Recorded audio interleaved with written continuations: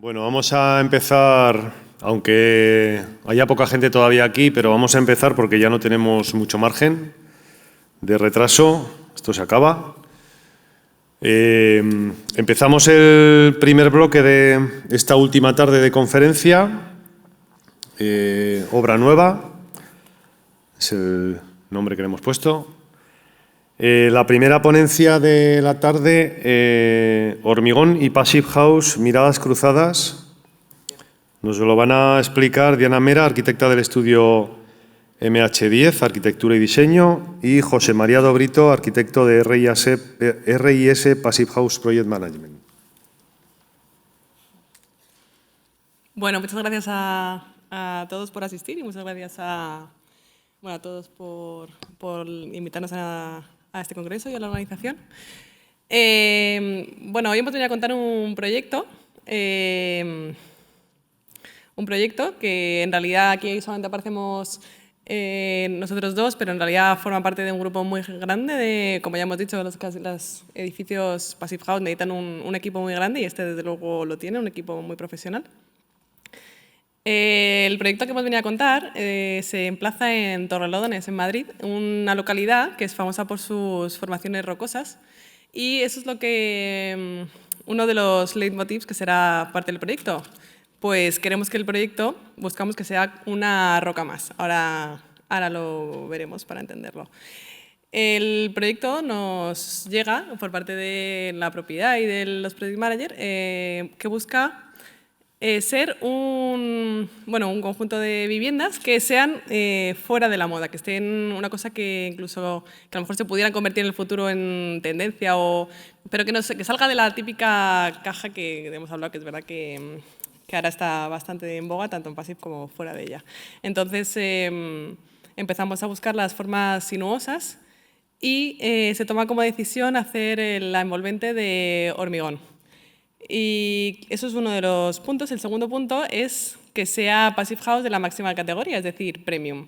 Claro, ¿cómo casas un proyecto que es envolvente de hormigón visto con Passive House? Pues nosotros nos acordamos de la cabeza, ¿no? Que tiene, como la casa tiene un exterior duro, robusto para protegerte de las inclemencias del tiempo, y un interior blando y amable que hay que proteger. Y así es como surge el proyecto, un proyecto de hormigón visto, que el hormigón será la piel del proyecto y además una piel bastante hermética, como veremos. Son 3 viviendas, 2 de ellas son iguales con una diferencia de 6 grados de rotación en planta. Esto en un proyecto normal no supondría nada, pero claro, en Passive pues hay que tenerlo en cuenta. Y luego una tercera vivienda principal. Bueno, la tercera vivienda, que será la principal porque es un poco más grande, que cuenta con un patio y con unos porches bastante grandes que dan hacia las vistas. El terreno está muy inclinado, entonces eso hace que la planta de abajo quede semienterrada y que la planta alta por la que accedemos quede por encima. Y luego están las cubiertas y con las instalaciones.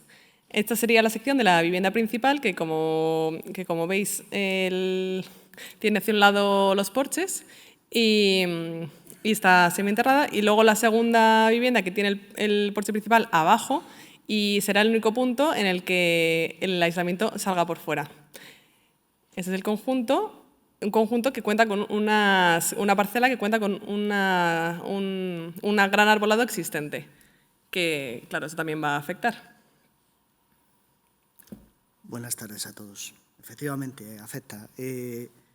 Aquí me he tenido que quitar la gorra de arquitecto y ponerme la de consultor Passive y jugar, ¿no? Jugar en el equipo a todos estos condicionantes que a veces pueden parecer limitantes, pues nos enriquezcan un poco, ¿no? Primero, hormigón visto.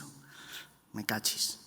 Segundo, muro de árboles de 16 metros de altura en la fachada sur a escasos metros de lo que sería la edificación. Me cachis por 2. Bueno, pues las fachadas, ese es el estado actual aproximadamente de la edificación. Veis que pues tiene sus sombras, ¿no? Lo bueno es que lo que beneficia para unas cosas perjudica para otras y hay que hacer un balance, como siempre en Passive. Esta primera casa que veis es la de la izquierda, pues tiene unas demandas de calefacción bastante contenidas y aún mejor de refrigeración, aunque como decía Oliver ayer, no es definitivo para dimensionamiento, pero bueno, da pistas de que no vamos a tener muchos problemas por ahí.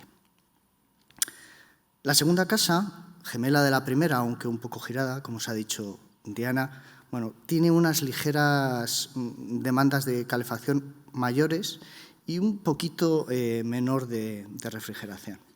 Y por último, la vivienda más grande, la que tenéis a vuestra derecha, la vivienda 10, pues tiene otros condicionantes que ahora os explicamos, un poquito más restrictivos y que hacen que esté más ajustada en cuanto a demandas de calefacción.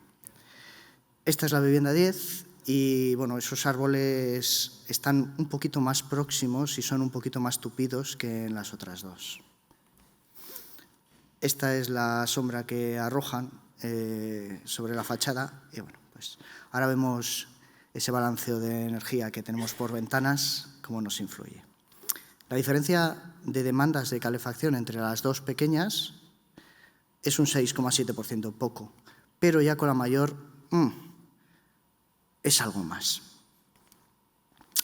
¿Y cómo hacemos la hermeticidad aquí? Bueno, pues evidentemente el muro de hormigón de 25 centímetros es la lámina hermética del edificio, la capa hermética.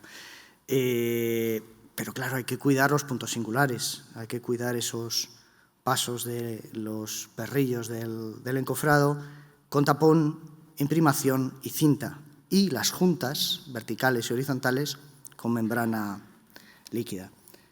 También el encuentro con ventanas con un premarco de madera con membrana líquida. Ya sabéis que la madera pues, no suele ser hermética per se y menos en un espesor como este. Tienen unos 15 centímetros de profundidad estos premarcos. Y ahora os explico por qué. Pues por que la primera capa de aislamiento, que va sobre el hormigón al interior, es poliuretano proyectado.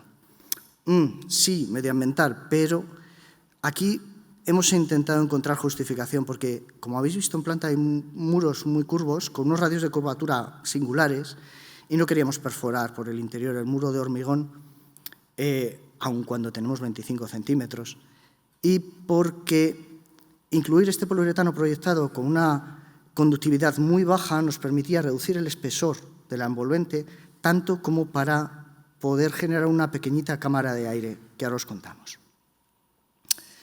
Entonces, hermeticidad, pues como no podía ser de otra manera, con ese muro de hormigón y con un buen trabajo en todas las uniones, como habéis podido ver, muy buena. 0,14, 0,11 y 0,13 en obra que esperemos continúe en el test final. Ventanas, bueno, como habéis visto hace un momento, son ventanas Beca con una banda autocomprimida. Yo las bandas autocomprimidas, me parecen fenomenal, pero hay que vigilarlas mucho, ¿no? Que tienen una manía importante de tener problemas en las esquinas y, bueno, de vigilar también ese grado de expansión que a veces no llega a ser el que tenías previsto. Bueno, sea como fuere, aparte de esa banda autocomprimida, cinta por dentro y, como habéis visto, la banda autocomprimida es de poquita dimensión. En ese espacio que queda siempre una espuma flexible. Aquí la tenéis. Sección. Sección Asur de la vivienda 10. Yo creo que ya vais viendo que aparte de los árboles tenemos otros condicionantes para que llegue la luz a esos ventanales Asur que son importantes. Bueno, pues teníamos unos condicionantes de diseño que nos marcaban unos voladizos interesantes. 4,20, entre 2,90 y 7 en la planta abajo, esto es la planta arriba. Bueno, pues también se puede jugar con esto, ¿no? Cada vez vamos poniendo más condicionantes, pero bien, enriquece. Intentamos suplementar un poquito esas ganancias por carpinterías con unas ventanas de cubierta, minimizando los puentes térmicos con ese es hormigón celular en formación de pendientes y no solamente las ganancias térmicas, sino también la iluminación interior, que le ha venido muy bien, porque bueno, pues con estos vuelos a veces en algún punto estaba un poquito oscuro el espacio interior, pero ahora ya no. El balance de las ventanas, como os he comentado, bueno, pues en las viviendas pequeñas es positivo, pero en la grande, pues no, es un balance negativo. Y como no puede ser de otra forma, que estamos en las que entran y las que salen, pues estas pérdidas que tenemos por ventanas, que son mayores, como podéis ver en la vivienda 10, en la grande, y estas ganancias por ventanas que son menores en la vivienda 10, en la grande, pues ¿cómo hay que compensarlos? Pues con un poquito más de demanda de calefacción, que ya nos lo ha chivado antes esa comparativa con un 33% más, y pues intentando minimizar lo que sale ampliando el aislamiento. El aislamiento inicial que va proyectado sobre la cara interior del muro de hormigón, en la vivienda 10 es 5 centímetros mayor que en las otras dos. Aislamiento por dentro, continuidad y con algún refuerzo por fuera necesario. Aquí lo veis visualmente, en la siguiente diapositiva vais a ver la ubicación exacta y los espesores. En cubierta lleva 120 milímetros de XPS, en solera lleva 2 capas de 100 milímetros de XPS, cara inferior del forjado de cubierta, 2 capas de lana de roca. En las paredes por el interior, paramentos verticales, un proyectado de 100 y 150, dependiendo que sean las pequeñas y la grande, por la cara interior, y luego un trasdosado de lana de roca, con una cámara de aire entre ambos. Trasdosado autoportante, por supuesto. Bueno, pues aun cuando intentamos darle la continuidad al aislamiento y pensarlo todo muy bien en proyecto, que le hemos dado muchas vueltas en proyecto, ¿verdad? Sí. Aquí se ve el único punto que comentaba, que es el aislamiento el que sale por fuera. Por eso también afecta mucho a la estructura. Y aquí tuvimos que cambiar el criterio que teníamos puesto en proyecto, que como veis era continuidad de ese aislamiento del que estaba en la cara inferior del forjado, y cambiarlo, ¿por qué? Pues por un hormigón celular, para poder proyectar contra él, porque no teníamos muy claro que pudiéramos proyectar contra el aislamiento que habíamos pensado en proyecto. Pero bueno, se puso hormigón celular, se trabajó por el interior la hermeticidad contra el hormigón con cinta y membrana y parece ser a todas luces que por los ensayos no ha dado mal resultado. Esto es lo que os decía, ¿no? La ubicación de los aislamientos y espesores. Allá donde veis 2 espesores, los de menor entidad son los que corresponden a las viviendas pequeñas y los de mayor entidad a las grandes, a la grande, perdón. Importantísima la continuidad del aislamiento. Cuando aíslas por el interior no siempre puedes darle continuidad y lo tienes que compensar con otras cosas, ¿no? De ahí esos aislamientos que también llevamos en algún punto por el exterior.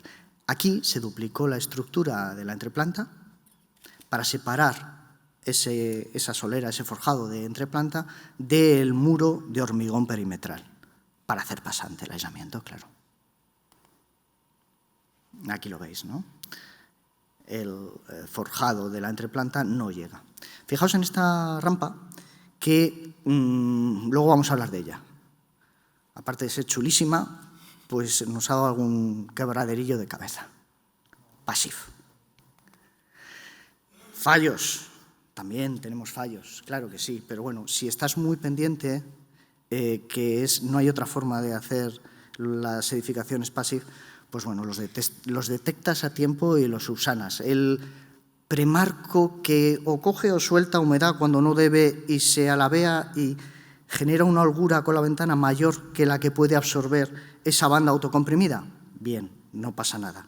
Lo importante es detectarlo. Espuma y cinta. Uy, perdón. Un sellado que no corresponde con el plano de hermeticidad, sino con el de aislamiento. Bueno, pues si estás pendiente, antes de que se tape, pues lo subsanas. Pero, como podéis ver, fallos menores. ¿Por qué? Por esto. además de la respuesta inmediata, que es para poder dormir mejor por las noches,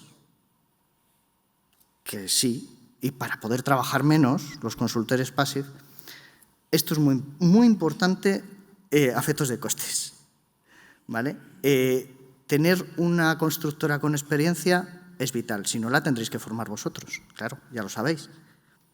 Pero los primeros pasos, si no hay esa formación, son difíciles. Mejor que todo el equipo esté a una con lo mismo.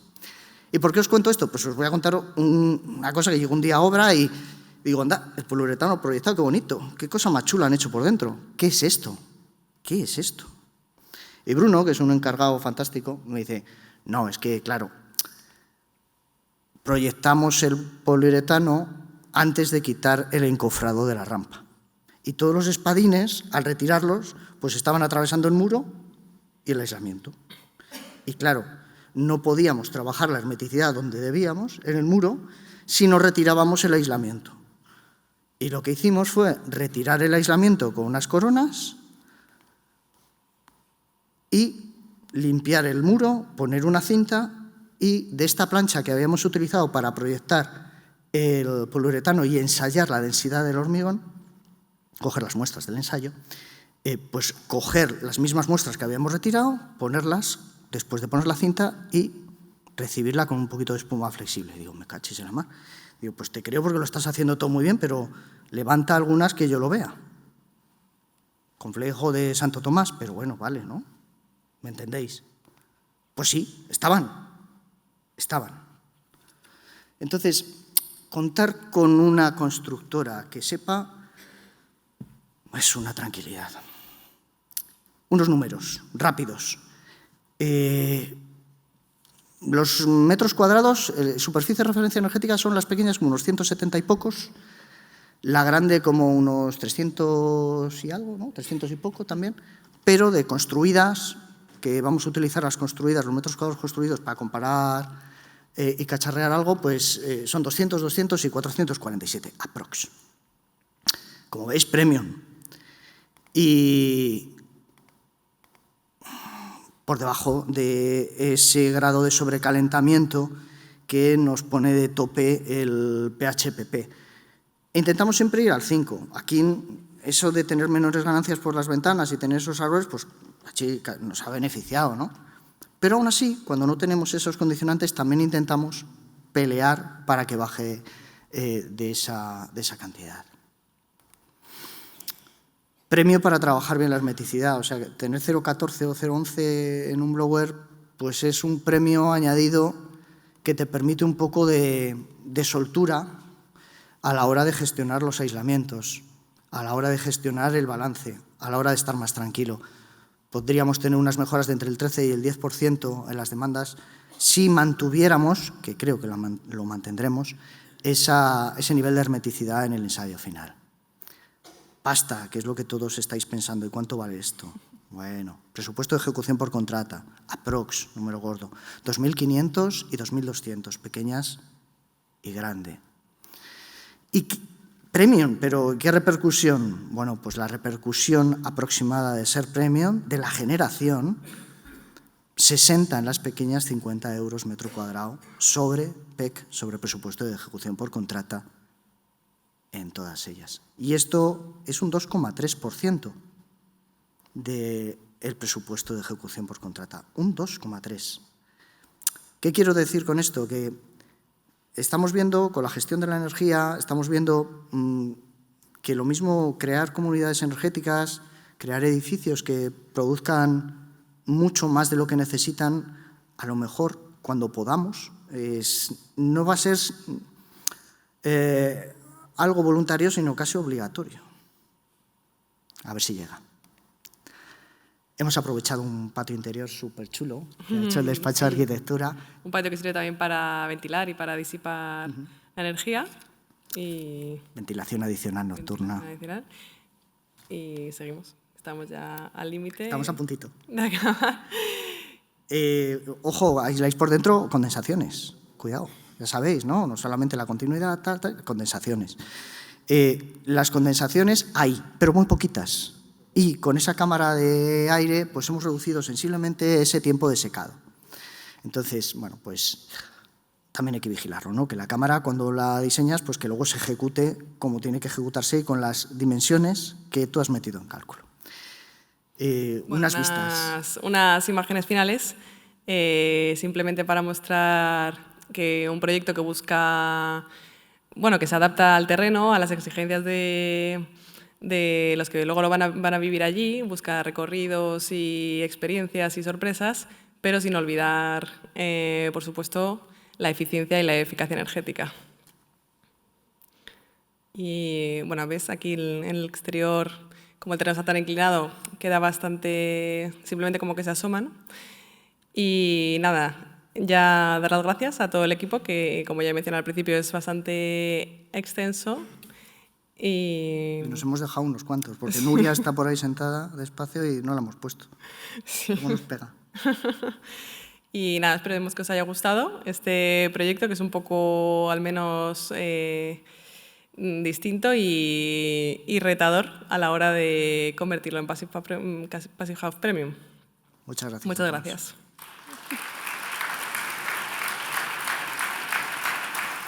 Bueno, muy interesante este proyecto. Yo creo que no os habéis dado cuenta que habéis hecho los primeros búnkeres Passive House de España. Eso da para una noticia, ¿eh?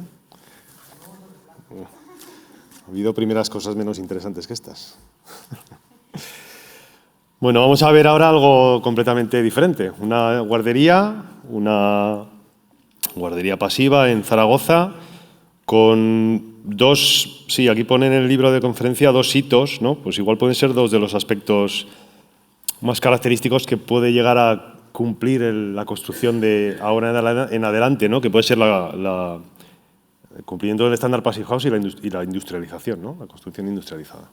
Esteban Pardo, arquitecto de Playa Arquitectura. Bueno, buenas tardes y agradeceros la asistencia. Sé que la hora es un poco complicada. Agradecer a PEP la organización del evento.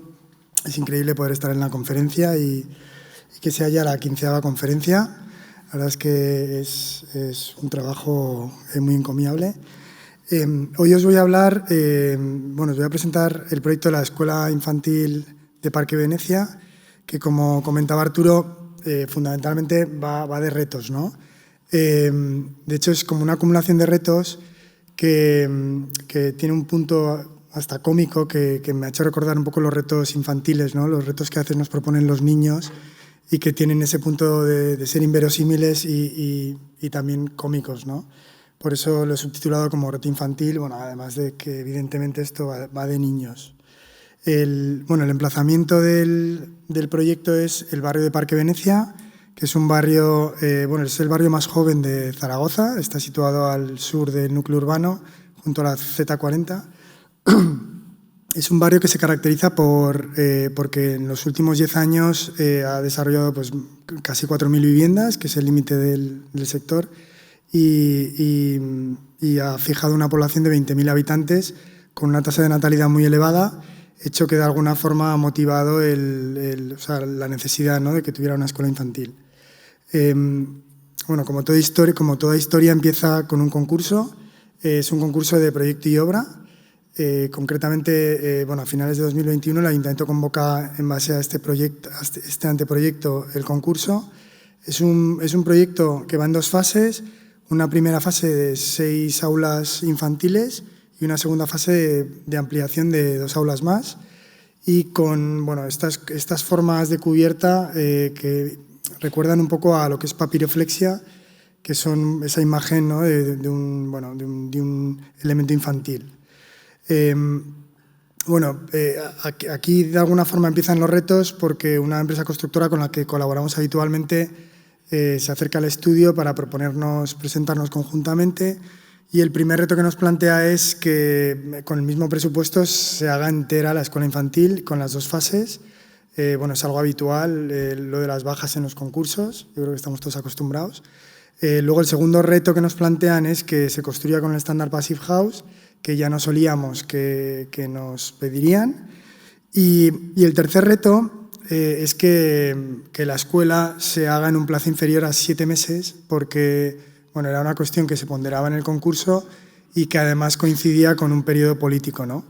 Claro, nosotros en Play Arquitectura somos bastante entusiastas y nos gustan los retos, pero claro, llegó un punto en el que no lo veíamos muy claro, entonces empezamos a estudiar tipologías para este anteproyecto y a hablar con proveedores con los que habíamos trabajado y llegamos a la conclusión de que para cumplir tanto el estándar como ese plazo tan reducido, una opción que parecía que era muy viable era hacerlo con entramado. Entonces nos lanzamos a ese concurso y bueno, se presentó a finales de 2021 y a principios resolvió muy rápidamente el ayuntamiento porque tenía prisa. Tuvimos la suerte de que se le adjudicó a nuestro equipo y nos pusimos manos a la obra a trabajar con el ayuntamiento y con el patronato de escuelas infantiles, que es el órgano municipal pues, responsable de las escuelas infantiles en Zaragoza, a ver cómo éramos capaces de mejorar este anteproyecto, tanto para cumplir digamos, nuestros retos como para facilitar todo el proceso, ¿no? y también el futuro uso de la escuela infantil. Tengo que señalar que aquí bueno, nos sentimos como bastante apoyados por el patronato porque les gustó mucho la idea de semi-industrializar el edificio, sobre todo por la reducción de plazo, y eran muy sensibles a los criterios biopasivos, ¿no? Entonces, bueno, después de 3 meses de trabajo presentamos el proyecto, que básicamente lo que intentó fue mejorar la capacidad de la planta y del volumen y, digamos, el programa se quedó, como os he comentado, con 8 aulas. Son 2 aulas de 0 a 1, 2 aulas de 1 a 2, 2 aulas de 2 a 3, 2 aulas polivalentes en los extremos, que son estas que veis con este punteado. Bueno, por la normativa interna que tiene el patronato, tanto dormitorios como baños tienen que ser compartidos y tienen que tener orientación a fachada, es decir, ventilación y iluminación natural. El programa complementario es un salón de usos múltiples, que es el que veis aquí, para celebrar eventos que sean también extraescolares, por eso tiene acceso independiente. Luego están salas y almacenes complementarios como son guardacoches, lactancia, etcétera. La zona administrativa, la cocina con office y almacén de alimentos, salas de instalaciones y vestuarios para los trabajadores, ¿no? Las orientaciones eran relativamente fáciles porque digamos que el lado largo de la parcela es sur y bueno, que es hacia donde se orientan todas las aulas y la zona más de docencia, y todo el programa complementario se orienta a norte. En cuanto a lo que es cubierta, se simplificó mucho todo el juego de cubiertas inclinadas y se dejó solo en lo que veis grafiado en color oscuro, que serían los accesos y el vestíbulo, y bueno, una aula polivalente y una cobertura en los patios para que los niños también tuvieran una zona de juegos cubierta, ¿no? Hay un pequeño desfase entre la cubierta inclinada y la parte plana sobre la cocina, que es este elemento que podéis ver aquí, que genera como un pequeño bajo cubierta donde se iban a colocar todas las instalaciones de aerotermia, ¿no? De alguna forma lo que queríamos, como podéis ver en los alzados, es un edificio bastante bajito, entonces al estar rodeado por edificaciones residenciales muy altas, tenía una percepción como muy aérea, y lo que intentábamos era pues, que las cubiertas estuvieran lo más limpias posibles de instalaciones, ¿no? Como podéis ver en los alzados, el de abajo sería el sur, que es bastante abierto, tiene los grandes ventanales de las aulas y los ventanales de dormitorios y baños, y luego estas aperturas triangulares son las de ese vestíbulo, que hace también el papel de una especie de patio interior para que los niños lo puedan utilizar cuando haya condiciones meteorológicas pues no propicias, ¿no? El alzado de arriba sería la fachada norte y aquí arriba estaría el bajo cubierta que os comentaba antes, donde estarían las unidades exteriores de aerotermia, ¿no? Estas son un poco las secciones. Aquí se puede ver bastante bien la gradación de alturas. Lo que se buscaba de alguna forma era pues, que hubiera un elemento en entrada con una altura pues, como más equilibrada, ¿no? O más proporcionada al ser humano. Luego el vestíbulo tenía mucha más altura, simulando un poco ese espacio exterior, y luego las aulas recuperaban una altura pues, mucho más reducida, ¿no? Las estrategias para cumplir el estándar Passive House son las que os podéis imaginar todos. Es una envolvente térmica muy robusta, es un entramado ligero de madera de 235 milímetros con celulosa. La hermeticidad se resuelve por la cara interior con un tablero de Finsa Superpan. Luego lleva un trasdosado yeso laminado y por fuera una fachada de madera ventilada de pino Douglas tratado con autoclave. La cubierta es un cajón de vigas de madera laminada de 320 milímetros, también rellenas de celulosa, que tienen una pequeña inclinación para que solo se tengan que resolver con un EPDM, un geotextil y una pequeña capa de grava, ¿no? para protegerlo. Y luego el contacto, digamos, con el terreno es a través de una losa de cimentación de 300 milímetros sobre un XPS de 160 milímetros, ¿no? Bueno, las transmitancias de fachada y cubierta son muy cercanas a 0,16 y la del suelo pues es 0,20, ¿no? Las carpinterías son el modelo de Carmabel, la Matut 90, de madera, tanto dentro como fuera. Y bueno, pues eso, transmitancia Marco 1 y de vidrios triple acristalamiento doble cámara 0,51 con factor solar 0,50. ¿Vale? Bueno, antes en los alzados nos he comentado protecciones solares, toda la iluminación del vestíbulo lleva lamas de madera fijas y luego todas las aulas pues tienen un porche delante de 2 metros 20 en el punto más profundo, ¿no? ¿Vale? Bueno, la hermeticidad, como os comentaba, se resuelve entera con los tableros de Finsa, con encintado, con la losa de hormigón, y los puntos más delicados que luego tratamos serán la junta de dilatación y las uniones entre módulos, ¿no? La ventilación se ha resuelto con 7 máquinas de perfil bajo, el modelo duplex de Atrea, de diferentes caudales, por la falta de altura y también por ajustar un poco el tema presupuestario, se unificaron cada 2 aulas,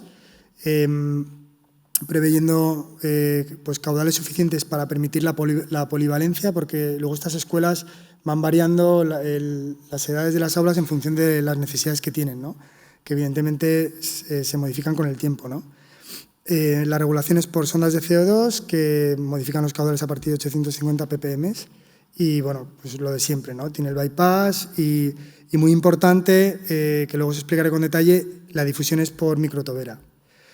En climatización tenemos una bomba aerotérmica de VRV, 72 kilovatios de refrigeración, 82 de calefacción. Me hizo gracia ayer cuando comentaba Oliver, porque aquí estamos un poquito por encima de los 45 vatios de carga por metro cuadrado, y luego la distribución interior es por unidades interiores de conductos, ¿no? También con distribución por microtobera. El agua caliente sanitaria es también aerotermia por CO2, ¿no? La Cutón de 30 kilovatios y con acumuladores. Y en cubierta, en la zona plana, se previeron 56, o se han colocado 56 paneles fotovoltaicos de 550 vatios con 30,8 kilovatios de potencia. Bueno, estas son un poco las infografías que se presentaron durante la fase de proyecto y, claro, para cumplir el hito temporal, que era un poco lo más exigente, se hizo un trabajo de planificación en toda la parte de despiece para tratar los detalles, sobre todo de solapes, de láminas y cintas herméticas. Realmente, digamos, aquí el tema más importante es la junta de dilatación, que separa el edificio en 2, el bloque 1, que es el que tiene más altura, y el bloque 2, que es más bajito. Y bueno, dicho todo esto, el proyecto se aprobó rapidísimo, en un mes y medio, y el 15 de junio estábamos empezando la obra. El 27 de junio, que es esta foto que veis aquí, se estaba aislando y colocando la losa de cimentación. Pues 15 días más tarde ya estaba el bloque 1 prácticamente montado. Al cabo de, pues eso, un mes y medio, 2 meses de haber empezado, ya estaba el bloque 2 en marcha, y aquí el 16 de septiembre pues está ya todo el entramado ligero de madera, que son 1.850 metros cuadrados, completamente montado, ¿no? Claro, para esto realmente el sistema o la tipología semiprefabricada de entramado nos venía muy bien, porque con una correcta planificación de la hermeticidad nos solucionaba claramente, bueno, que son estos solapes que veis aquí, son los clásicos solapes que nos enseñaron ayer en el desnudo de hermeticidad, ¿no? Se resolvía muy bien toda la unión de piezas del mecano y tienes como la certeza de que no vas a tener muchos problemas, ¿no? Sí que es verdad que justo al arranque, precisamente por las prisas, se perdieron algunos solapes y luego en obra se tuvieron que encintar, ¿no? Es un poco lo de siempre. También, bueno, comentaros que en este caso se aprovechó la estructura de cubierta en estas aperturas que veis aquí del vestíbulo para colocar directamente vidrio con junquillos y porque eran ventanas fijas por la geometría que tenían, para que sirvieran directamente de acristalamientos y bueno, el conjunto de la ventana, ¿no? Se hizo el primer blower door el 20 de octubre con un resultado de 0,25, pero aún así se pasó la prueba del humo y detectamos bastantes problemas en la junta de dilatación, donde precisamente por la colocación de estas piezas que no es que sean muy pesadas, pero sí que tienen algo de peso, ¿no? Y son difíciles de mover, se rasgaron puntualmente las láminas que se habían dejado con pliegues y se tuvieron que repasar se repasaron al final con membrana líquida. Luego las puertas de evacuación, que eran todas de antipánico, se tuvieron que ajustar porque siempre son puntos de fuga. Y aquí veis también uno de los pocos pasos que hay a través del vestíbulo, ¿no? De todo lo que es los conductos de aerotermia y de agua caliente sanitaria, que también nos dieron algo de fallo. El caso es que 5 días más tarde se repitió y mejoramos a 0,15, es decir, un 40%, con lo cual, bueno, creo que fue un trabajo que sirvió y nos sirvió también para tomar notas y aprender, ¿no? Esta es una de las partes que a mí particularmente más me gustó del proyecto, que es la integración ventilación-climatización. Aquí veis unos pequeños esquemas donde, por ejemplo, en la sala de usos múltiples se generó esta especie de falso muro, donde veis el conducto de ventilación debajo y climatización arriba, y lo que se planteó es ir intercalando las microtoberas de manera que en estos espacios que tienen un gran volumen se pudiera dirigir muy bien el aire, combinarlo de alguna forma, ¿no? La climatización con la ventilación y conseguir un barrido, porque la extracción se producía por la parte final, que era esta parte de aquí, y una estrategia parecida se adoptó en el vestíbulo, que como era muy largo y tenía no tenía falso techo, por también cuestión económica, pues se llevó por el muro de entramado, que era un muro de carga. Se fueron aprovechando, aquí veis un poco el despiece, la colocación de las microtoberas, que también son combinadas, las de ventilación y climatización, de manera que a través de la orientación de las microtoberas se podía cubrir prácticamente todo el espacio desde el centro, y se impulsaba el aire y se recogía, digamos, por la parte inferior, que son las aberturas que se ven aquí debajo, ¿no?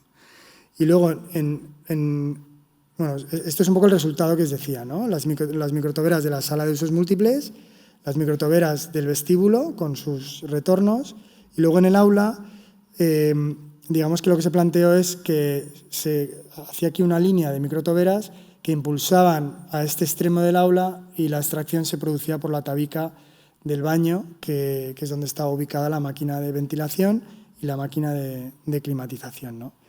Bueno, el 10 de febrero de 2023, 6 meses y pico después de haber empezado, se consiguió terminar la guardería. Esta es un poco la fotografía de ese momento. Aquí veis, bueno, algunas imágenes de lo que sería el aspecto exterior.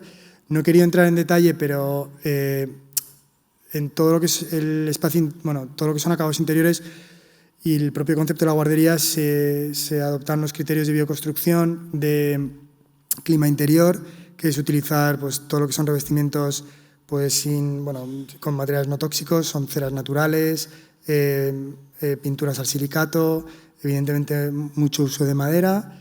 El sistema de ventilación nos apoya con la ausencia de polvo, que ya sabéis que es uno de los medios de propagación, ¿no? De todo lo que es químico, hongos, algas, etcétera, que puede haber en el aire.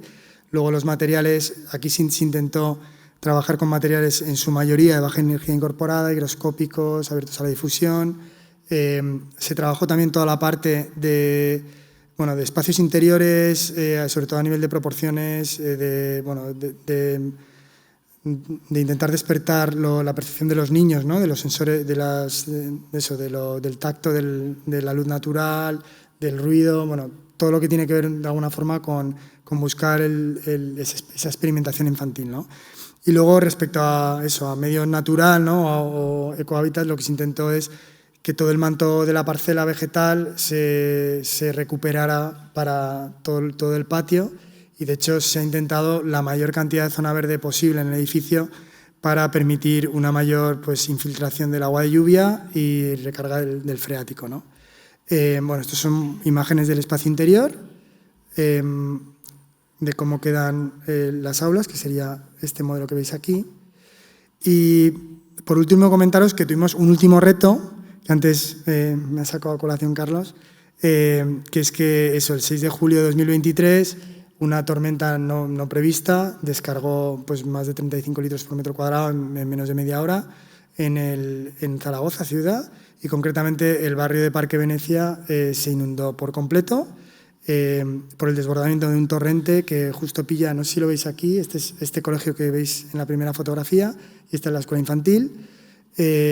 Bueno, la escuela infantil estuvo rodeada por más o menos 60 centímetros de agua durante el proceso durante el tiempo que duró la inundación, y por sorpresa de todos y contra lo esperado no flotó y tampoco se inundó. O sea, realmente solo tuvimos 2 pequeñas entradas de agua en puertas balconeras de 2 aulas, que son estas manchas de agua que veis aquí, y no hubo que lamentar ningún otro daño, ¿no?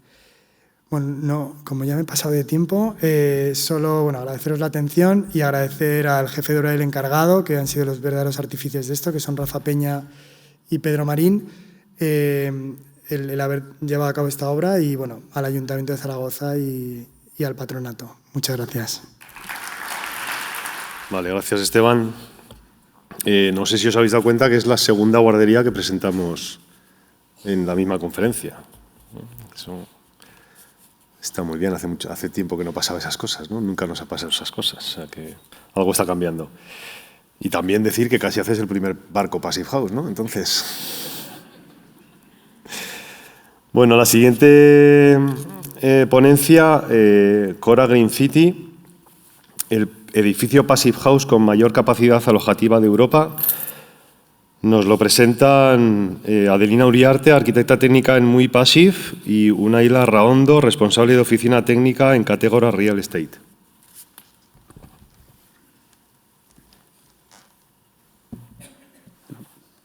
Buenas tardes. Lo primero, agradecer a PEP poder asistir a este tipo de eventos para poder difundir y también para poder saber más de todo esto y poder mostrar también un poco todos los trabajos que hemos realizado. Queremos presentaros hoy el proyecto Cora Green City, que viene realizado desde la promotora Categora. Somos una empresa de Bilbao y os queremos presentar el edificio. El edificio se encuentra en Vitoria, se estrenó el 28 de agosto de 2022 en la capital, en la Green Capital, en Vitoria. Es un proyecto que tiene 9 plantas alojativas, en las que tiene 180 habitaciones y tiene una capacidad máxima de 430 personas. En este sentido, en las 2 plantas inferiores se ubican todos los que son las zonas comunes ahora vamos a ir un poco más adelante para ver cómo se resuelve todo lo que es constructivamente el edificio. En esas plantas alzadas podemos identificar cómo se realizó a través de paneles GRC para poder solucionar todo lo que es el complejo del edificio desde un inicio. Es un proyecto que luego nos explicará Adelina, que pasó de ser CTE a alguna transformación en Passive House, y hay diferentes afecciones que no se podían cambiar. Aparte de eso, en todo lo que es en el zócalo hay una solución de SATE revestido con cerámica, y luego todo lo que serían todos los muros cortina que resuelven toda esa entrada de luz en esas zonas comunes que tanta importancia tienen. Adicionalmente, todo lo que es el complejo, para ir un poco de abajo arriba y para saber cómo funcionan a nivel de instalaciones, lo que se realizó inicialmente era un diseño con geotermia, que luego se adaptaron y se planificaron con 28 pozos, que luego posteriormente se transformaron a 18 pozos, de una profundidad aproximada de 130 a 150 metros. Con ello tenemos una bomba de calor de 258 kilovatios, que hacemos climatizar todo lo que son las habitaciones, tanto el suelo radiante como refrescante. Y luego en las zonas de planta baja y zonas comunes con fan coils. Adicionalmente, para poder calentar todo lo que es el agua caliente sanitaria, contábamos con 2 bombas de aerotermia ubicadas en la cubierta y otra más de apoyo para todo el tema de las recirculaciones. Todo ello pues, alimenta todo lo que es la sala hidráulica que tenemos en el sótano y distribuye para diferentes consumos. Adicionalmente, para poder dar servicio a todo lo que es la ventilación y la recuperación, contábamos con diferentes máquinas en cubierta, que luego analizaremos más en detalle. Y, por último, pues teníamos una aportación de 28 placas fotovoltaicas que aproximadamente cubrían unos 10 kilovatios. También ahora estamos estudiando pues, la posibilidad de poder ampliar hasta otros 15 kilovatios adicionales. A partir de aquí, pues, presentaros un poco más cómo ha sido la transformación desde el CTE al Passive House.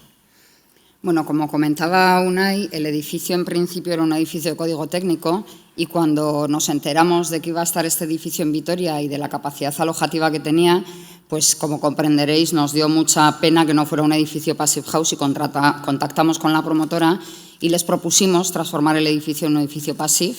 Y bueno, pues para nuestra sorpresa fueron muy receptivos porque Categora ya tenía per se un interés en temas de sostenibilidad y en que el edificio fuera muy eficiente, con lo cual aceptaron la propuesta y el reto de convertir el edificio en un edificio Passive. Eso sí, teníamos un equipo de arquitectos, que es A54 de Bilbao, con el que teníamos de alguna manera el compromiso de que no se notase esa conversión, ¿no? Al menos que no se notase por fuera. Veis en una de las imágenes es la infografía y la otra es el edificio ya terminado. Como ha comentado Unai, la fachada es principalmente de panel GRC, se resuelve con panel GRC y no lo podíamos cambiar. No es una solución constructiva muy adecuada para Passive House. En este edificio lo permite el hecho de la compacidad que tiene el edificio, que con una transmitancia bastante alta podemos conseguir este edificio que sea Passive House, ¿no? No podíamos cambiarlo, entre otras cosas, porque necesitábamos que la sección constructiva no creciera para no perder metros útiles y no perder capacidad alojativa. Luego hay otra parte que es un SATE convencional, otra con SATE con revestimiento cerámico y, como comentaba antes, los muros cortina, que hay bastante. Bueno, hemos preparado un cuadro que lo tenéis también en el libro, donde se ven las transmitancias de los distintos cerramientos que tenía el proyecto original de código técnico y las de Passive House, ¿no? Evidentemente, las partes de sótano, que normalmente no se tratan, tuvimos que tratarlas y hay unas reducciones en los valores U de en torno al 70%, porque hay una parte del sótano que sí entra dentro de la envolvente térmica. Y lo mismo pasaba con el ascensor, que también los núcleos de escalera entran dentro de la envolvente térmica, con lo cual teníamos que tratarlos y se reducían aproximadamente un 80%. Pero si os fijáis también, el forjado de cubierta y la fachada SATE tiene unas reducciones de en torno al 60% y la que prácticamente no se toca es la fachada GRC, que solo la pudimos reducir un 7%. Teníamos en proyecto original ventanas de aluminio, incluso con unos premarcos de aluminio que iban de suelo a techo y unos muros cortina también de aluminio, todo con doble vidrio y con unos valores de U-window aproximadamente 1,59, 1,51 y, por supuesto, con intercalarios convencionales. Tuvimos que pasar a ventanas certificadas y muro cortina certificado, en este caso mixtos, de madera y aluminio, con triple vidrio, con separador de borde caliente y con unas U-windows pues, de 0,80, 0,84, es decir, una reducción aproximadamente del 50%. Este es el listado de puentes térmicos que quedaron después de hacer la conversión. Estos son con los que se han mandado para la certificación, que como veis todavía quedan unos cuantos, entre otros el de colocación del muro cortina. Veis que se hizo una primera hilada de Eaton y, por supuesto, los de los anclajes de la fachada GRC, que tienen un termostop, pero bueno, son 1.136 anclajes, con lo cual eso sigue teniendo siempre su peso. Se trató también la hermeticidad, que bueno, pues hicimos un supuesto, ¿no? Se cambió, como decía antes Unai, también la geotermia. Teníamos al principio geotermia y aerotermia para la calefacción y refrigeración y después de hacer la conversión no solo se redujeron los pozos de 28 a 18, sino que la aerotermia se quedó solo para el agua caliente sanitaria y la geotermia hace toda la climatización. Se quitaron los fan coils que había en todos los dormitorios y se dejó en los apartamentos solo el suelo radiante y los fan coils para zonas comunes, aunque luego veremos que hay un por si acaso. Y la ventilación mecánica, bueno, pues se pasó de 3 máquinas con caudales de código técnico a bueno, una mayor cantidad de máquinas para poder distribuir y equilibrar mejor con caudales y máquinas certificadas, por supuesto. Y otra cosa que conseguimos al hacer la transformación del proyecto es que el centro de transformación se redujo un 30%.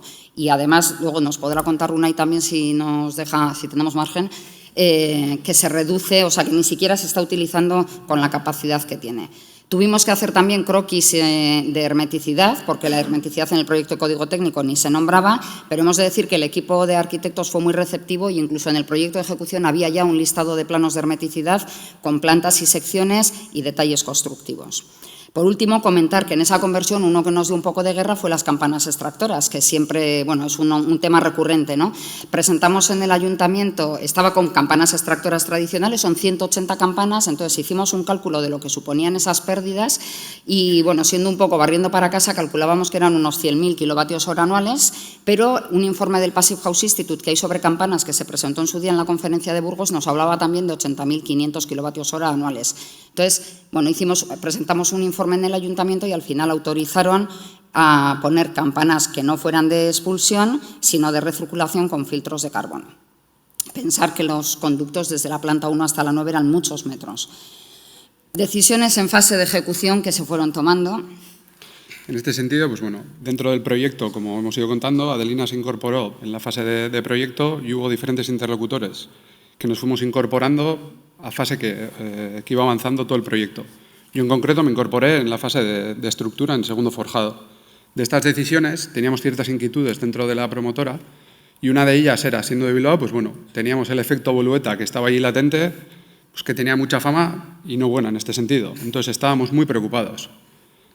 Unido a ello, pues sabíamos que había un estudio de sobrecalentamiento estático de cómo iba a poder funcionar el edificio. Lo que realizamos, asesorados también por MUI y por otro estudio externo, fue realizar un estudio dinámico con diferentes ocupaciones para ver cómo iba a funcionar el edificio una vez que estuviera en marcha. Teníamos muchas dudas y, por ejemplo, como ha explicado Clara esta mañana, cómo iba a ir evolucionando todo lo que es el clima y hasta dónde nos iba a llegar. Y siendo un edificio que era para alojamiento, era muy importante para nosotros. Entonces, en este sentido, fuimos trabajando con diferentes hipótesis que fuimos valorando. En este sentido, pues bueno, veíamos que todo lo que era la planta baja y zonas comunes no teníamos problemas. En las diferentes plantas alzadas teníamos problemas de sobrecalentamiento en varios puntos, pero no eran críticos. Lo que sí había zonas, que era por donde impulsábamos todo lo que era el agua caliente sanitaria y todo lo que era calefacción en invierno, veíamos que eran puntos calientes. Entonces eran zonas en las que había que controlar porque ahí había agua constantemente circulando. Entonces, en este sentido, pues bueno, veíamos que también en invierno podía ser un aporte de calor, pero en verano ese calor de ACS pues, bueno, nos preocupaba y no teníamos forma de poder refrigerarlo. En este sentido, pues bueno, vimos dos escenarios para poder solucionar esas posibles hipótesis futuras. Era poner un sombreamiento exterior por delante de todo lo que fueran las carpinterías o dejar una previsión para poder conectar unos fan coils en todas las habitaciones. Todo ello lo hemos hecho conectado a los circuitos de suelo radiante refrescante. Entonces, en esta opción, actualmente no la estamos utilizando, porque ahora veremos un poco más los datos, porque el edificio está funcionando correctamente, pero si la temperatura global sigue subiendo, podría llegar a pasar que tendríamos que instalar estos fan coils o esta previsión en la totalidad de ellos. Con ello conseguiríamos poder impulsar a 7-8 grados y vencer pues, bueno, todos los problemas que tenemos de calor. En este sentido, pues bueno, Adri nos va a especificar un poco mejor cómo fue la ejecución de la obra y por dónde discurren las instalaciones.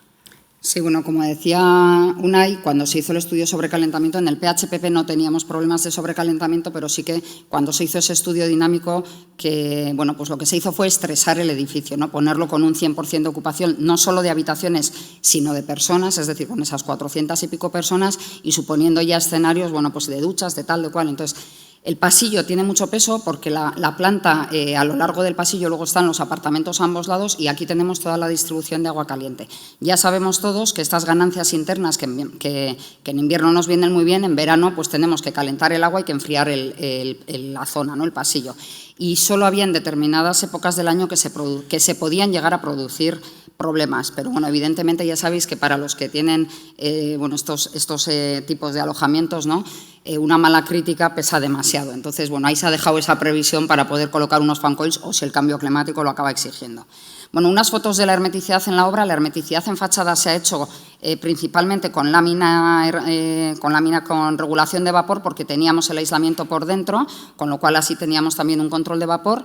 Y luego hay algunas zonas que se han hecho con hormigón y con ladrillo, por ejemplo, la fachada que era SATE, y en esos casos pues se ha hecho con yeso. Y evidentemente los encuentros de las telas con el hormigón o con la albañilería o incluso los anclajes pues se han tratado con cintas. Y los patinillos, por ejemplo, pues ahí se ha utilizado membrana líquida, ¿no?, en esos sitios que son más difíciles de hacer de otra manera. Se han hecho varios ensayos Passive House, Blower Door, 5 en concreto, 3 de ellos buenos y 2 no tanto. El primero que hicimos las 2 plantas de apartamentos, cumplía, pero era un ensayo muy inestable y, entre otras cosas, detectamos que teníamos problemas con los sifones de la ducha. Se repasó eso y se repasaron también los patinillos y repetimos el ensayo y ya conseguimos un 0,44 muy estable, que nos quedamos más tranquilos. Un par de meses después, se hizo el ensayo entre las plantas 1 y 9, las 9 plantas alojativas, y tuvimos un resultado de 0,30, que estaba muy bien y nos quedamos muy tranquilos. Y el último se hizo el 4 de agosto, cumplía, pero malamente. Teníamos que encintar las puertas para que diera un 0,52 y tapar las rejillas, por ejemplo, de los ascensores. Y si los destapábamos, quitábamos esos encintados, estábamos en 0,58, y si abríamos las rejillas en 0,69, que no cumplía. Así que, bueno, veis aquí algunas fotos. Tratamos algunos puntos donde teníamos problemas con la hermeticidad. Alguna veis que es exagerada, pero es real. La puerta automática tiene unas muy buenas prestaciones en fábrica, pero una puerta es una puerta cuando está colocada. Y ya veis que ahí se ve en un lateral que entra, se ve la luz del exterior, y en la parte de abajo, que está mi mano, si veis el dedo al otro lado de la puerta. Entonces, y la última, que era un agujero que encontramos que comunicaba una zona de envolvente con una zona que estaba fuera de la envolvente. Se trataron esos problemas y el último blower se quedó en un 0,58 con rejillas y puertas en condiciones de uso. Solo tuvimos que excluir la rejilla de sobrepresión de la escalera, que está puesto como una excepción. Y para terminar, 2 cosas que creemos que aporta la certificación y que son importantes. La ventilación se ha hecho en vertical con varias máquinas. Tenéis ahí un poco el esquema de planta 1 a 9 y van orientaciones este y oeste por separado. Esto complica bastante el que se haya hecho en vertical, porque las pérdidas de carga en las 9 plantas cambian. Pero al hacer el equilibrado, que es una cosa que te exige la certificación y que no siempre se hace en edificios terciarios porque complica mucho las cosas, pues se han podido detectar habitaciones a las que el caudal que llegaba era muy insuficiente, incluso en alguna nulo o excesivo. Entonces, esto es un valor que aporta la certificación y que creemos que es importante recalcarlo. Porque, claro, esto ha sido muy complicado porque estaba ya el edificio en uso cuando se ha hecho. Y otra cosa que aporta la certificación es en la sala de instalaciones. Esto es como estaba la sala de instalaciones ya en funcionamiento, que veis que hay juntas sin tratar, y esto es como conseguimos dejarla para poder mandarlas al certificador y que las diera de paso. Un año después de entrar el edificio en uso, conseguimos la certificación. Bueno, en este sentido, también lo que queríamos traer un poco a tierra era, con este año de bagaje y una vez que hemos conseguido la certificación, queríamos traer datos reales. Además de ser los promotores, somos los gestores del edificio. Entonces, esa captación de datos y esa gestión también queda en nuestro tejado. Entonces, en este sentido, pues bueno, ya directamente en el impacto de energía primaria que reducíamos, ya teníamos un impacto de 76%. Y adicionalmente, pues bueno, también la reducción en toneladas de emisión de CO2. Lo que hemos conseguido durante el primer año es un consumo global neto de 474.000 kilovatios hora aproximadamente, con una aportación de fotovoltaica de unos 10.000 kilovatios, que aportan más o menos una media de unos 39.000 kilovatios hora mensuales. En este sentido, lo que también queremos poner en valor es estos edificios están muy bien realizados, pero también tiene su importancia saber cómo funcionan y cómo gestionarlos. Entonces, todo ello ha sido posible poco a poco. Lo que vemos son lecturas a mes pasado. Octubre leería, por ejemplo, septiembre. Y en este sentido también lo que queríamos mostrar es que la ocupación ha ido aumentando, pero el consumo también ha ido reduciendo porque hemos ido aprendiendo cómo se gestionaba este edificio. Y luego la segunda parte, que es muy importante, es con toda esta ocupación y este aprendizaje que hemos ido haciendo, hemos conseguido mantener la temperatura a pesar de las diferentes inercias que tenemos en Vitoria. Hay temporadas en las que estamos por debajo de 0, y hay otras épocas, por ejemplo, este julio y este agosto, que hemos superado varios días por encima de los 40 grados. Entonces, ese confort que se consigue con la cantidad de humedad pues, es muy importante, sobre todo en un hotel. En este sentido, también queríamos dar la importancia al impacto que tiene directamente sobre la inversión sobre el proyecto. Para un promotor no es sencillo demostrar pues, bueno, que tenemos un impacto de un incremento de un 12% sobre lo que era el PEM de la obra, sobre lo que liquidamos realmente la obra a posteriori. Y luego también el retorno, porque al final es un producto de inversión y nosotros creemos que los números que tenemos actualmente, que ese retorno podría garantizarse a unos 6-7 años vista. Estos datos, si somos capaces de mejorar el consumo del edificio, irá mejorando el proceso y, pues bueno, ojalá podamos ver y demostrarlo dentro de unos años. Adicionalmente, también un poco como explicó ayer Francesc, todos estos edificios requieren de gran control y gestión. En este sentido, otra de las decisiones que se tomó en la fase de ejecución de la obra, ya con la estructura terminada, fue cambiar todo el sistema de control y gestión del edificio. No nos convencía con quién estábamos y decidimos cambiar por alguien que nos garantizara ese control y esa versatilidad. Porque además la idea era hacerlo así, no solo para este complejo, sino para el resto de los que vayamos a hacer. En este sentido, pues bueno, implementamos diferente sensórica para todos los equipos de producción general y luego especialmente en todas las habitaciones. El edificio cuenta con más de 1.100 sensores que captan desde la humedad, la solar, pues, apertura de ventanas, presencia, y de esta forma pues, bueno, controlamos todo lo que es gestionar y saber en todo momento cómo podemos ir viendo el edificio. En este sentido, pues, bueno, tenemos todo lo que es el control de lo que es la geotermia, que como hemos comentado antes, se redujo, es la que aporta todo el tema de gestión de suelo radiante refrescante para la climatización y para los fan coils. En este sentido, instalamos esos 258 kilovatios y nunca ha pasado en pico de 100 kilovatios. Esto quiere decir que alguna cosa, pues bueno, hemos visto que debemos reflexionar y ver un poco qué tenemos que ir mejorando. En el mismo sentido, pues bueno, tenemos todo lo que es la producción de ACS controlada y también podemos ir regulando las diferentes temperaturas para ir viendo cómo jugamos con esos consumos y ir reduciéndolos lo máximos posibles. Y aquí un poco también queríamos mostrar un poco los dashboards de control de cómo vamos gestionando las temperaturas y humedad de cada una de las estancias de zonas comunes y dando especial importancia en siendo un edificio alojativo que toda esta información la tenemos de cada una de las habitaciones. Sabemos cuándo está ocupada, sabemos qué temperatura hay, quitamos la electricidad cuando no está ocupada para evitar un consumo no necesario y dejamos únicamente lo necesario, que en este caso sería la nevera y algún enchufe puntual. Por último, pues mencionar que somos creentes de todo ello y queremos invertir pues bueno, para dejar un legado. Como muestra de ello, todos los edificios los estamos haciendo de esta manera y muestra de ello es uno de los que estamos haciendo aquí en el Cabañal, con 428 habitaciones y va a ir implementado con todo este sistema. No decimos que todos tengan que ir con Passive House, pero sí con esos criterios pasivos y con esa conciencia medioambiental. Como muestra de ello, pues bueno, hay cosas que hemos aprendido en Vitoria, hay cosas que hemos hecho mal, pero que no debemos de repetirlas. Y en este sentido, en Pamplona, que es un edificio similar en volumetría y en geometría, lo que hemos hecho es realizar mejoras y con ese libro de lecciones aprendidas iremos implementando en todos los complejos que vayamos haciendo. Por último, pues bueno, hoy Pedro no ha podido estar por diferentes cuestiones. Agradecer que él también participó dentro de MUI con Adelina y a todos los equipos, tanto de proyectos, pues a los arquitectos, a 54, a Elme como Ingeniería y a TICA. Y sobre todo a la parte de Cateora y Ecora, en este sentido a Kepa, que con esta mentalidad que es innovadora, o sea, a la hora de proponer este tipo de ideas, cogerlas y poder plasmarlas y realizarlas, porque si no, no sería posible. Muchas gracias a todos. Muchas gracias.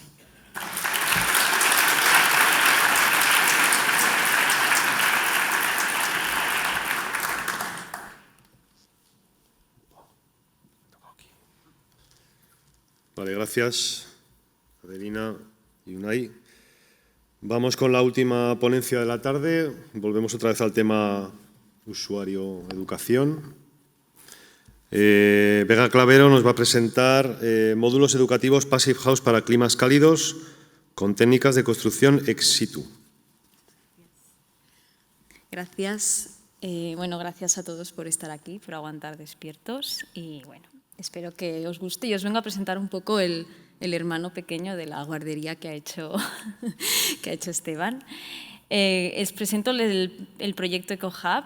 Es un proyecto que es un concepto piloto por parte de una promotora y bueno, la idea es eso, es crear un módulo educativo con una idea muy multifuncional, no solamente pensarlo como una clase, y está diseñado en un clima cálido. Lo hemos certificado como Passive House Classic. Este es un poco el módulo, como podéis ver. Es un edificio pequeño. Como os decía, se ha diseñado como un espacio diáfano, multifuncional, y la idea es que se pueda adaptar muy fácilmente el espacio a las actividades educativas o de encuentro entre familias que se puedan realizar en ese espacio. Ya veis que hay mucha arena en la primera foto, por lo tanto ya podéis intuir que está instalado a pie de playa. Bueno, antes de nada me gustaría poner un puntito simplemente y poner a la vista de todos que el parque educativo español está muy envejecido y está en unas condiciones muy deplorables. La plataforma PEP con la Universidad de Burgos hizo un estudio de monitorización hace unos años, creo que fue en el curso 2017-2018, en que se monitorizaron 36 escuelas y se midió un poco la calidad ambiental y la calidad térmica de lo que vivían los estudiantes cada día. Se monitorizaron la temperatura interior, la humedad relativa y la concentración de CO2. Y los resultados pues, fueron muy impactantes y creo que muchos de los que estamos aquí vimos la presentación del estudio y la verdad es que te entristecían estos datos.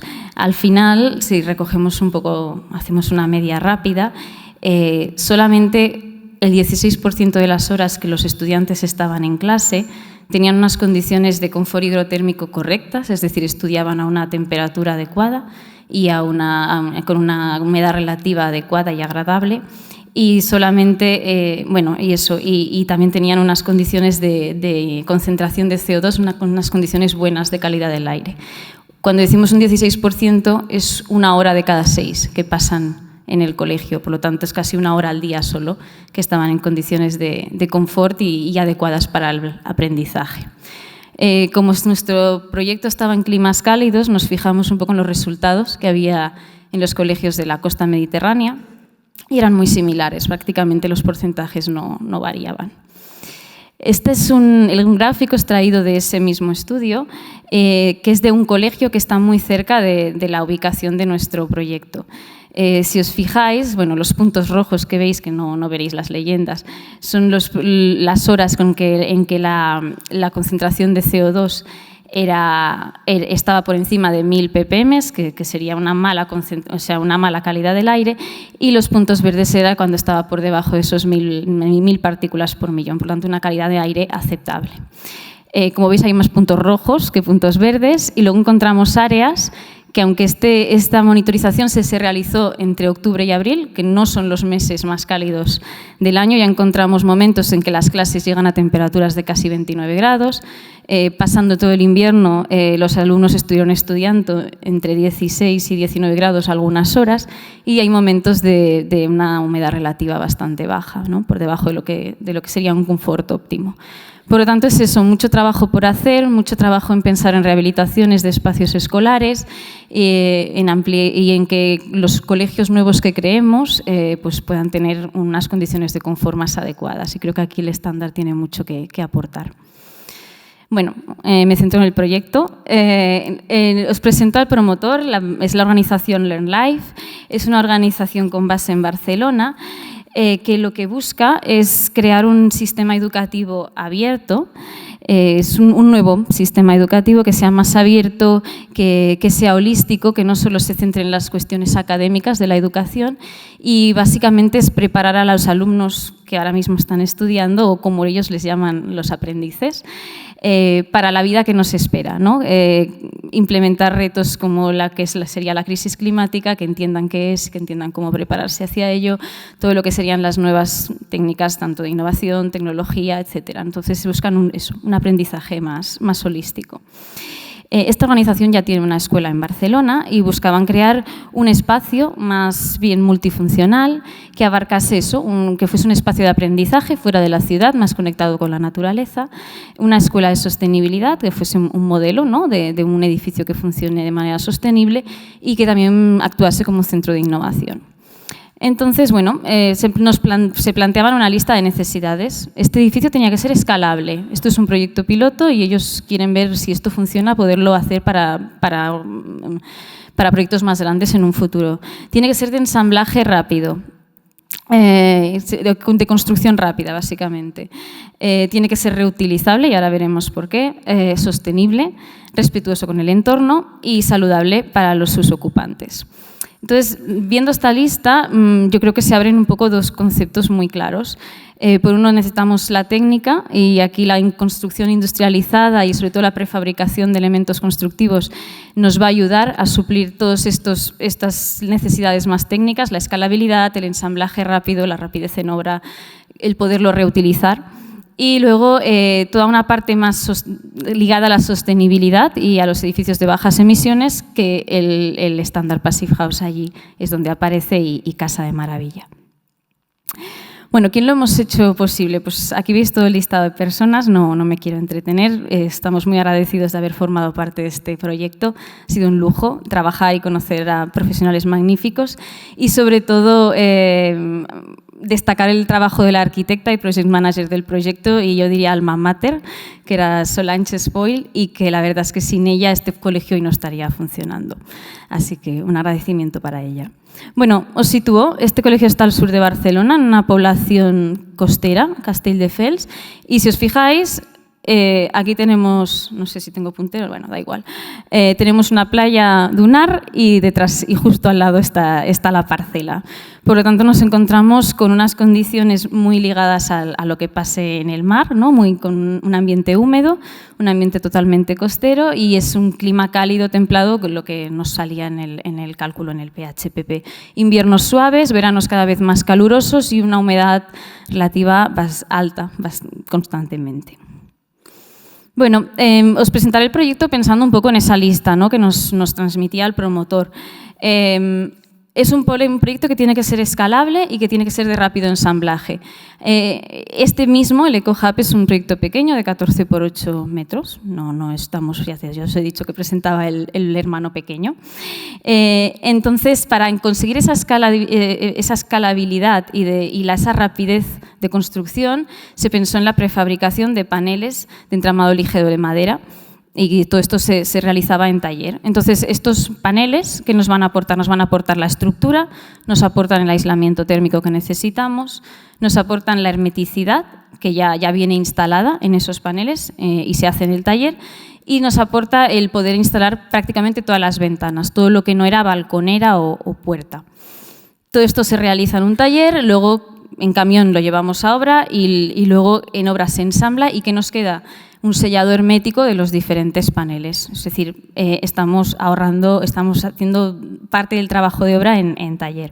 ¿Qué nos aporta esta prefabricación? Pues una mayor calidad constructiva y sobre todo pensando en dos aspectos. Primero es que los operarios van a trabajar en unas condiciones óptimas, por lo tanto seguramente van a ser más eficientes y van a poder trabajar más de acuerdo a la planificación que tengan en el taller. Y luego, por otra parte, los materiales que conforman esos dos paneles se están instalando en unas condiciones también óptimas, de humedad, de temperatura, no se van a mojar porque no va a llover en el taller y no se van a poder instalar húmedos, o vamos a reducir mucho el error aquí. Entonces, la calidad constructiva sube y, sobre todo, la tranquilidad de los técnicos y de la dirección facultativa también. Se reducen mucho los residuos en obra y es mucho más fácil su tratamiento en una instalación de taller.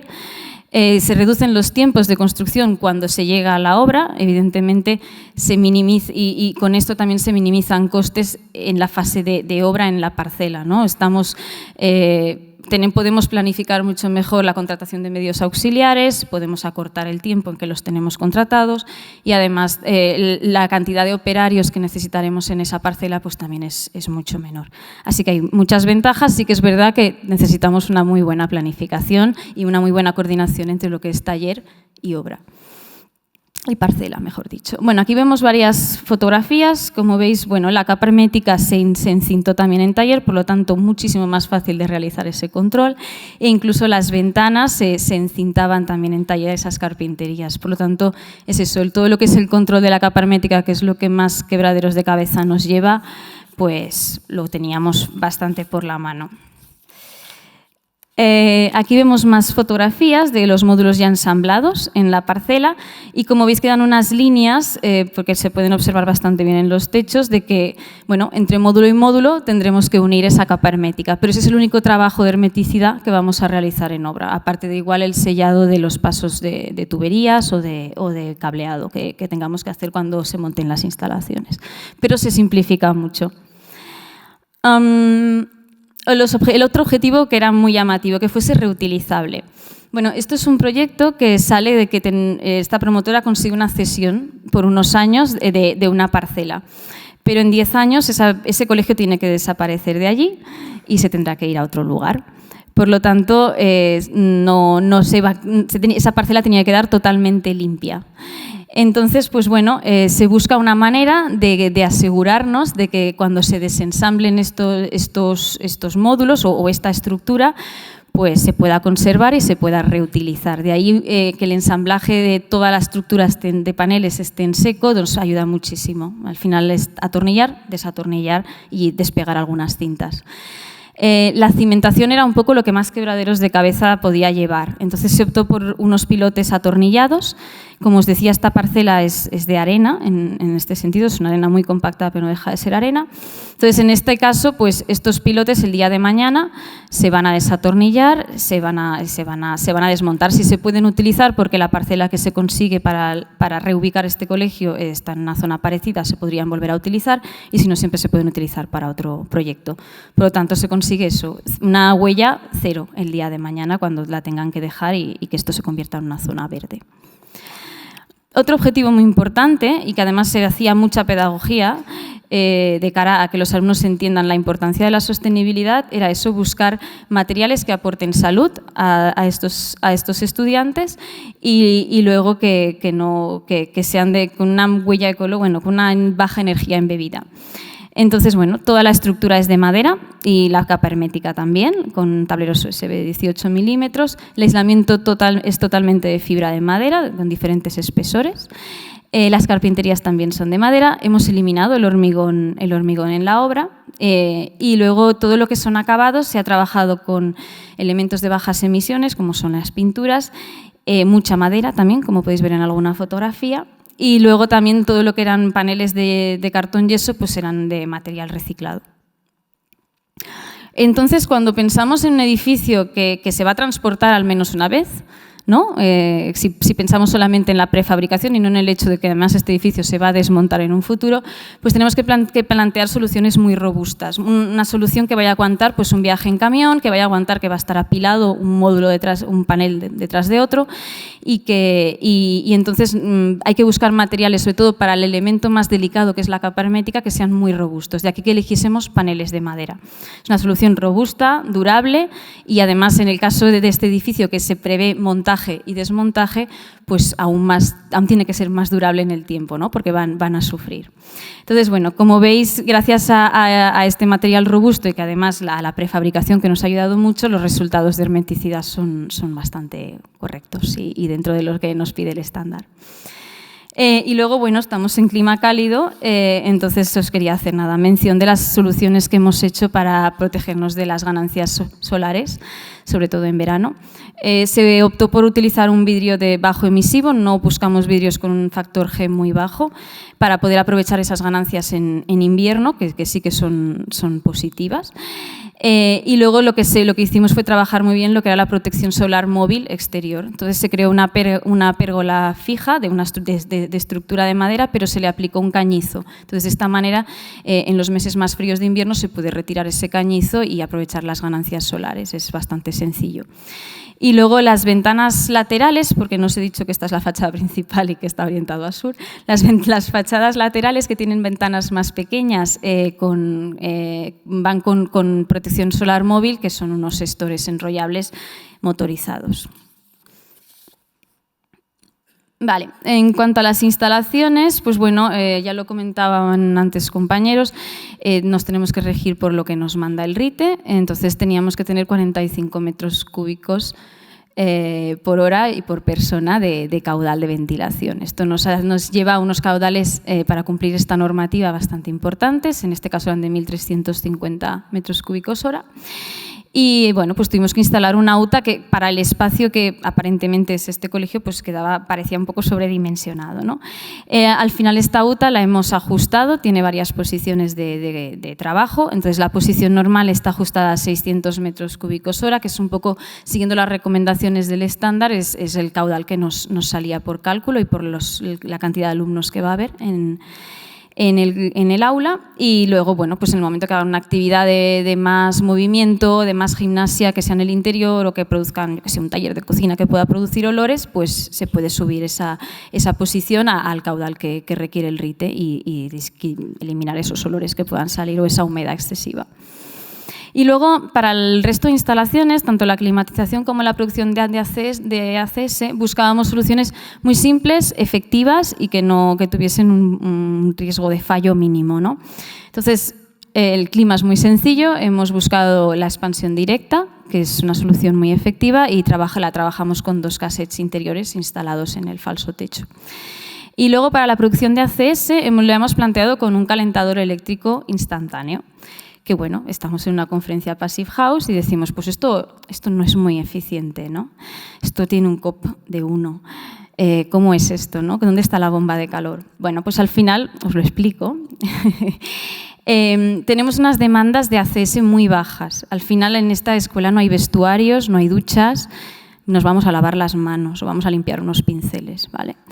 Entonces, pues realmente con esa demanda tan baja, nos ganamos la posibilidad de instalar un equipo muy pequeño, que como veis este calentador es pequeño y está en un nicho instalado al lado de este lavamanos, y si lo instalábamos al lado del lavamanos teníamos una distancia una longitud de tubería de ACS mínima, que esto hacía que las ganancias internas que pudiésemos tener en verano y que nos pudiesen sobrecalentar el espacio también fuesen mínimas, y reducíamos mucho el consumo de energía primaria. Al final eran unos 3 metros de tubería que nos salían. Entonces, es una solución que si nos encontramos en esta casuística, pues de algo que no pienses que pueda casar con el estándar, pues realmente es muy interesante, ¿vale? Y bueno, para acabar con las instalaciones, pues eso, se han instalado 6 paneles fotovoltaicos que más o menos cubren el 90% del consumo de la escuela. Y bueno, llegando ya para el final, conclusiones. Este módulo es replicable y escalable, en el sentido que es muy sencillo escalar esta situación. Se puede realizar un cálculo estructural más complejo si la volumetría es más compleja y queremos realizar módulos más grandes. Podemos crear ecosistemas de módulos, ¿no? Y que esto conforme una escuela con más espacios. Y luego, a nivel de escalabilidad, o sea, de escalabilidad y de replicabilidad, LearnLife está realizando ahora mismo un estudio de optimización de costes, porque la idea que tienen es poder realizar un proyecto más grande, con más espacios, también en Cataluña. Entonces, bueno, a ver si podemos tener más datos y os los puedo explicar en alguna otra ocasión. El edificio es trasladable, porque es totalmente desmontable, y es sencillo adaptarlo a otras localizaciones. Es verdad que tendremos que buscar una orientación adecuada a lo que ya está construido, ¿no? Y a lo que nos hemos basado para diseñar estas aberturas a sur y las laterales a este y oeste. Pero luego también, pensando en climas más fríos, pues siempre se podría desmontar esa fachada ventilada que habéis visto de lamas de madera y poder añadir más aislamiento o añadir más aislamiento en la cubierta encima del que ya existe. O sea, es bastante versátil. Y luego también, siguiendo por la parte técnica, la certificación Passive House se convierte en una herramienta de control de calidad. O sea, esto creo que la DF, los arquitectos técnicos que trabajamos tanto en proyecto como en obra, lo tenemos que ver como un aliado. A veces la gente dice, tengo que cumplir con el estándar, ¿no?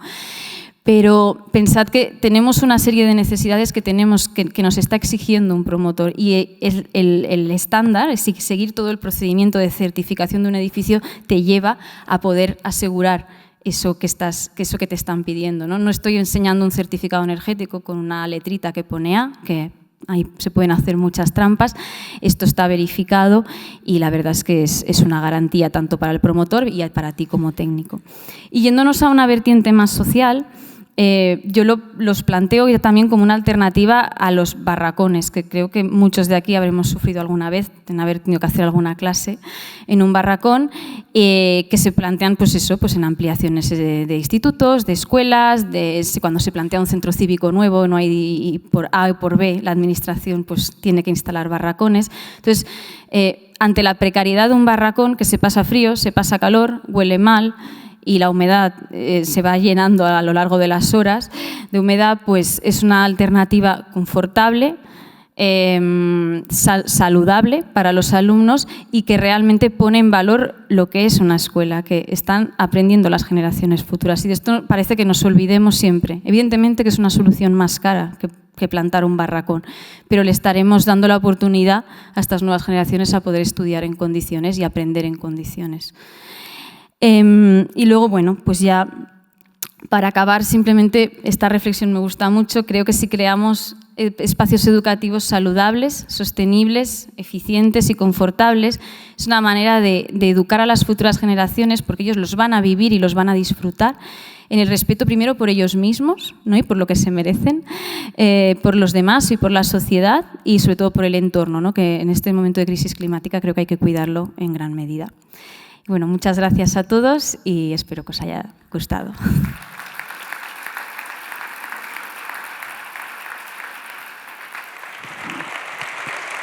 Gracias, Vega. Bueno, tenemos 4 minutos. Hemos llegado con tiempo al turno de preguntas. O sea que si alguien quiere preguntar algo, que lo haga ahora. Pero 1 o 2 preguntas porque no da para mucho más. Por aquí delante hay... vale. Hola. Sí. Es una pregunta para el proyecto de Vitoria, para Adelina. A mí, haciendo el esfuerzo que habéis hecho en mejorar la envolvente, ¿no? Bueno, al final para certificar el edificio, ¿os planteasteis modificar o sustituir las instalaciones térmicas de una forma más sencilla, ¿no? O sea, la geotermia, por ejemplo, que requiere de mucho esfuerzo, y después el suelo radiante, ¿no? También. Es esta relación entre la parte pasiva y la activa, ¿no? Si se puede, si pensáis en simplificar la propuesta. Vaya pregunta más interesante. La ingeniería no ha sido nuestro mejor aliado. Así como he dicho que el equipo de arquitectos fue muy receptivo y fue muy fácil transformar el proyecto de código técnico a Passive House, no sucedió lo mismo con la ingeniería. Y de hecho es bastante mejorable e incluso en costes, con una, y lo hemos comentado más de una vez, se podría haber reducido parte de esos sobrecostes, porque tenemos una geotermia sobredimensionada. Ya habéis visto que de los 250 y tantos kilovatios que tiene no se han llegado a usar ni 100, ha dicho una y 100, pero creo que el pico no ha llegado ni a 90. ¿Vale? O sea, que sobra máquina por muchos sitios y, sin embargo, esa máquina solo está para calefacción y refrigeración. No se está aprovechando todo ese sobrante para ACS. Fíjate tú si hay margen de mejora. Y tenemos luego unas aerotermias, hay 2 Qton en cubierta para el ACS. Pero, claro, digamos que ahí uno tiene sus limitaciones, ¿no? Si tú propones y no se cambia, pues bueno, ha habido hay un margen de mejora importante. La geotermia yo creo que en este caso sigue siendo una buena opción, aunque se han reducido muchos los pozos. Ten en cuenta que también hay una línea de ayudas, la estabilidad que te da el suelo, la temperatura del suelo en invierno y en verano, pero evidentemente había que haberla aprovechado para otras cosas, ¿no? ¿Y aquí? Tengo 3, si me dejas, 3 preguntas. 2, te dejo 2. 2. Venga, pues 3. 3, venga. 2 para Vega y 1 para Esteban. Vega, a ver, la difusión de vapor de la cubierta, me ha parecido ver que teníais un EPDM y encima grava. Y por debajo tablero y entiendo que aislamiento entre el entramado. Exacto, sí. ¿Y qué tal? Bien. No, a ver, al final el OSB es un freno de vapor. Sí, pero con un SD muchísimo menor que el EPDM, ¿no? Sí, eso es verdad. Por el momento es eso. Sí que ya conoces a Oliver, hicimos un cálculo con Goofy y estuvimos revisando que no tuviésemos problemas. En este caso no nos salía que pudiese haber riesgo de condensaciones. Y luego también nos quedábamos, sí que es verdad que es eso, no deja de ser un freno de vapor y no es una barrera, el OSB, y eso lo tenemos que tener muy claro, pero también el hecho de montaje en taller y en condiciones óptimas de ese aislamiento nos daba mucha tranquilidad que no hubiese sido, que ya no llevase esa humedad acumulada ya de por sí, ¿no? Pero bueno, sí, lo comprobamos, no lo he puesto en la presentación. Y luego el tema del desensamblaje está previsto porque se han fabricado módulos 2D, ¿no? Son muros prefabricados realmente. ¿Cómo está planteado el desmontaje y transporte posterior? Porque claro, se han fabricado módulos 2D y luego se ha revestido interiormente en obra, instalaciones están planteadas también desensamblables o no, etcétera, etcétera, ¿no? Vale, te explico hasta dónde nosotros, o sea, es una idea que, o sea, se tendrá que hacer, ¿vale? Y la idea es que sí que se estuvo discutiendo mucho con todo el equipo de cómo hacerlo. La base es mantener todo el panel es fácil, incluso la fachada ventilada ya nos venía montada de taller, por lo tanto esa parte es relativamente fácil. En cuanto a los acabados interiores, sí que evidentemente habrá ciertas, no se va a poder reaprovechar todo, por ejemplo, todos los paneles de cartón yeso, sobre todo de muros, de cubierta sí que parte sí y parte no. Y luego la idea sobre las instalaciones es poderlas desmontar y reaprovechar. Sí, sobre todo dependiendo de dónde vaya a acabar ubicado, que esto también es un poco una incógnita, el clima es lo que tendríamos que revisar si tenemos que poner un cassette más o con esos 2 cassettes tiramos para adelante. Será interesante y nosotros estamos haciendo seguimiento, tenemos muy buena relación con Learn Life. Cuando llegue este momento, ya les hemos dicho que queremos estar presentes. No, es que es muy interesante esa fase de desensamblaje de los edificios, que siempre lo priorizamos o lo potenciamos con la madera, pero por eso me interesa realmente si está pensado, si luego se va a transportar en 2D o en 3D, bueno, pues ya llega. De momento, no, se volverá a desmontar todo y acabaremos con paneles. Con paneles para transportar, sí. Y ahí sí que habrá trabajo, sobre todo en la cubierta, ¿no? Porque hay que desmontar todas las máquinas, hay que desmontar todo lo que son tuberías de refrigerante y ahí sí que, pues evidentemente, hay que ir con cuidado y con frigoristas que hagan bien las cosas y sí, ya veremos qué tal, ya da para otra ponencia esto. Dentro de 10 años en la conferencia lo vemos. Venga, para Esteban, el tema del fuego. Yo he trabajado 5 años en Zaragoza y los bomberos de Zaragoza eran durísimos. Eso entiendo que es RF60 como mínimo. Sí. Bueno, gracias por la pregunta, Iñaki. Te la devuelvo. Estaba intrigado, por lo que me vas a preguntar. Sí, la verdad es que los bomberos nos dieron una guerra tremenda. Claro, he intentado cortar porque ves aquí la cuenta atrás que parece que va a explotar y te vas agobiando, ¿no? Y me he dejado la mitad de las cosas por el camino. Pero una cuestión que nos obligó, aparte de la resistencia, es a colocar sensores en falso techo. Entonces está todo el falso techo de la escuela infantil, bueno, donde hay falso techo, llena de sensores, con una pequeña cajita de registro para poderse registrar. Pero sí, pasamos 3 veces por ellos, sí. Y bueno, fueron muy incisivos eso en la resistencia, en los sistemas de protección, ¿no? Lleva BIES la escuela infantil y en todo el tema de detección. ¿Y reacción al fuego, la madera vista? ¿Perdona? ¿La reacción al fuego de la madera vista? Bueno, en realidad trabajamos ahí con sección, porque madera vista como tal solo están unos pilares que son, digamos, como un sobredimensionado del entramado en lo que separa la sala de usos múltiples del vestíbulo y se sobredimensionó, pues no sé si el montante habitual, es que no me acuerdo de la dimensión de memoria, pero no me acuerdo cuántos centímetros se le añadió. O sea, nos hizo un cálculo específico Madergia y fue sobredimensionándolo, ¿no? Pero no te sé decir el espesor exacto, o sea, no... Vale, pues ya está. Tranquilo, estás tranquilo ya. Sí, son dudas que me surgen, sí. Bueno, y a los otros 2 enhorabuena también. Que en Vitoria se duerme muy bien, he dormido allí y la verdad es que se está muy bien. Y las casas de hormigón me han gustado mucho, me recuerdan a la arquitectura de Carvajal o a la Casa Mariposa de Canolaso, está muy guay. Ganas de verlas terminadas también, sí.